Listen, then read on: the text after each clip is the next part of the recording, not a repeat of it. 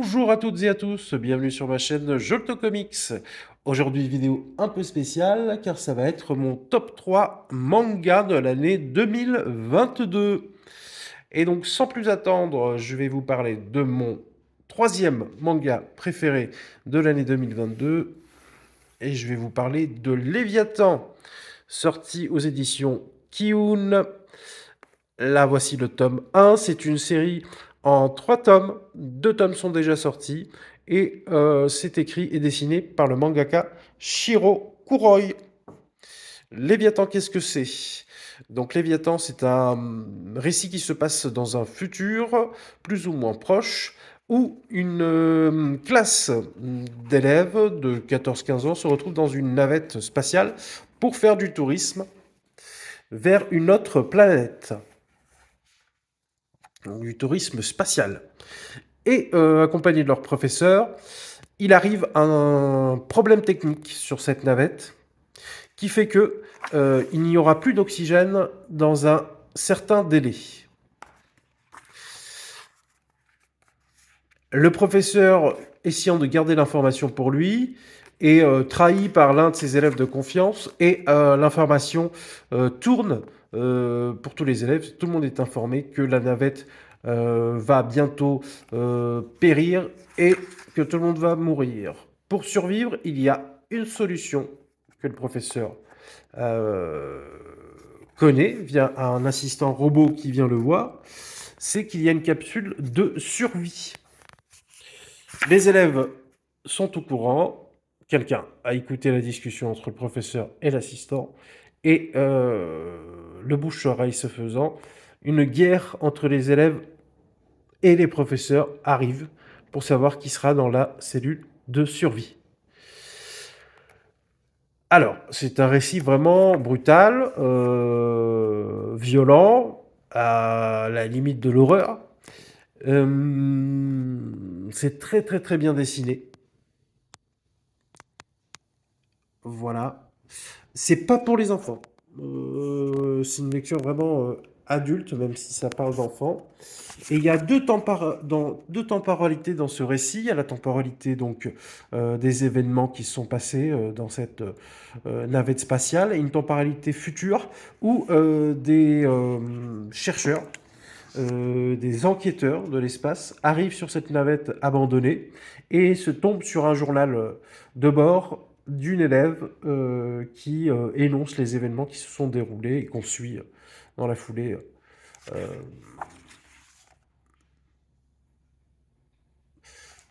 Donc, au top, hein. Une lecture très très agréable. Je l'avais découvert en médiathèque. J'avais pris le tome 1, j'avais adoré. Et donc, je me suis pris les 2 premiers tomes en attendant le troisième qui ne devrait pas tarder. Il faut savoir que c'est un récit qui est sorti en, en physique chez nous, mais c'est un récit qui est sorti en numérique au Japon. Donc à noter et à féliciter de la part de Kiyun de nous proposer ce type de récit. Dans une super édition, un peu perfecte édition, du plus bel effet. Donc je vous le recommande. Léviathan aux éditions Kiyun. Je crois que vous avez vu mon top 2 et top 1, mais c'est pas grave. Le top 2, donc Coq de Baston, aux éditions Mangetsu, de Shu Sakuratani. Donc Rooster Fighter en anglais, en VO. De quoi ça parle Coq de Baston? Donc c'est un récit humoristique. C'est hilarant et ça parle d'un coq qui combat des kaijus. Voilà, il n'y a pas plus simple que ça. Mais il va lui arriver des péripéties. On le suit dans son aventure. Et voilà, c'est truffé de blagues, de second degré. Euh, c'est super bien dessiné. Regardez ce coq, comment il est beau. Euh, comment il est badass, ce coq de baston. Keiji. Il s'appelle Keiji. Il a des coups spéciaux pour combattre les kaijus comme Korikao. Oula, il fait peur. Hein. Ce kaiju. Ah, petite mise au point. Tu me débectes. Voilà le genre de page qu'on a dans ce Roster Fighter. C'est très très très bon. Moi je me suis marré.